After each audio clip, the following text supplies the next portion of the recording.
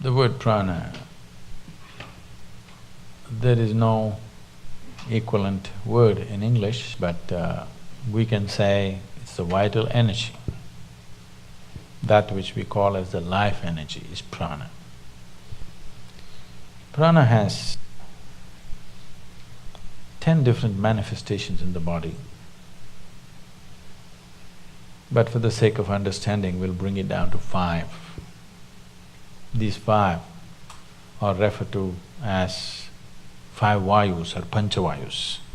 This is pranavayu, samanavayu, udhanavayu, apana and vyana. They're in charge of different dimensions of what happens in this human mechanism.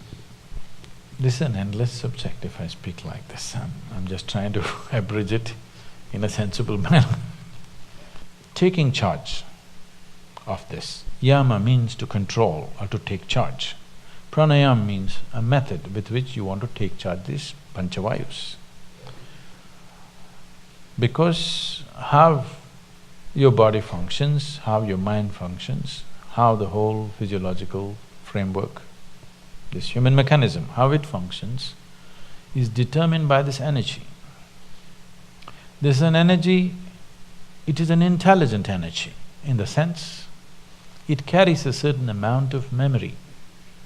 The karmic memory of the individual person is imprinted on this energy. So in each person, the prana functions in a different manner. It is unique to each individual. It is not like…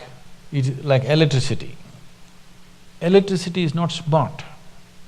It can light up the the light bulb, it can run the camera, it can, run the air conditioning, it can do million things, but not because of its intelligence. It does the same thing, always. Because of a particular device, a certain thing happens. But now I'm talking about, this will happen in future, that you may have smart electricity. It is not far away. In the next 50 years, you may have smart energy, that the energy behaves in a particular way. You can make it behave in a certain way because you can imprint certain memory upon it.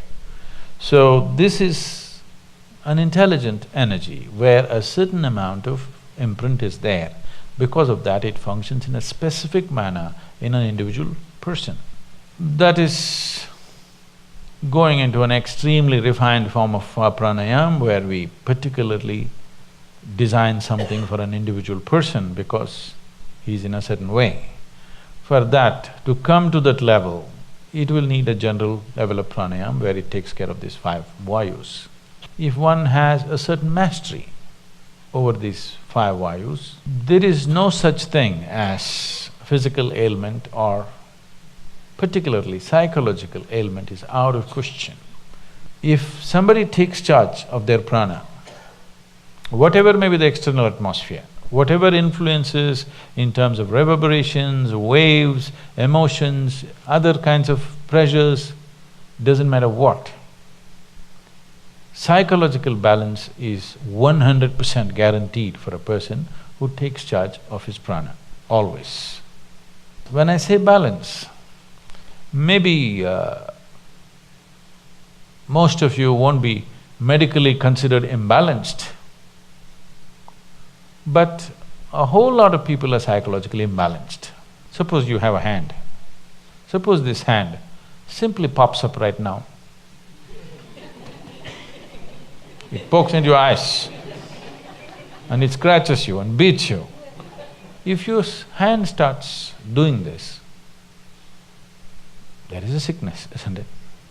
At least your hand is sick. Let me not blame the whole person. At least your hand is sick for sure, isn't it? Well, this is what most people's minds are doing. Every day it scratches you from inside, makes you cry, make you bawl, make you worry. In so many varieties of suffering, it pokes your eyeballs out many times. Is it not doing? It is sick. Maybe in a socially accepted manner, but it is sick. So one who takes charge of his prana can be 100% assured his psychological balance is there, you cannot shake it. Physiological balance also is there, but physiological ailments may happen due to various reasons. One thing is there are infections and other, organisms who want to live. Yes, they want to live. Another thing is variety of chemicals and poisons and stuff we may swallow knowingly, unknowingly, and it can cause things. So physiological ailment is, I would say, 90% guaranteed that it won't happen. But psychological well-being is 100% guaranteed. If you're psychologically in an extremely good place, 10% of physiological problems are not even a problem, It's not even a problem. Most of the time, what little things that may happen to the body, that's not the thing. What reaction that happens in your mind is the big thing, isn't it? Yes or no? Yes. So, pranayama means you want to take charge of the vital forces. As I said, they have an intelligence of their own, each one of them. Either during birth, after conception, how they enter the newborn and how they leave the dead. In this, it clearly displays it has an intelligence of its own. One may not notice this unless they become very conscious about these things. It's a world by itself, if you ask me. It takes a certain level of attention. The word attention may not go deep enough. I'm using the word attention because the other words are horribly corrupted. Awareness and this and that are badly corrupted. So I'm using the word attention, but the word attention is not suggesting what is needed. Just mental alertness is not enough. It has to become really attentive. If you make yourself like that, you know how these five are functioning.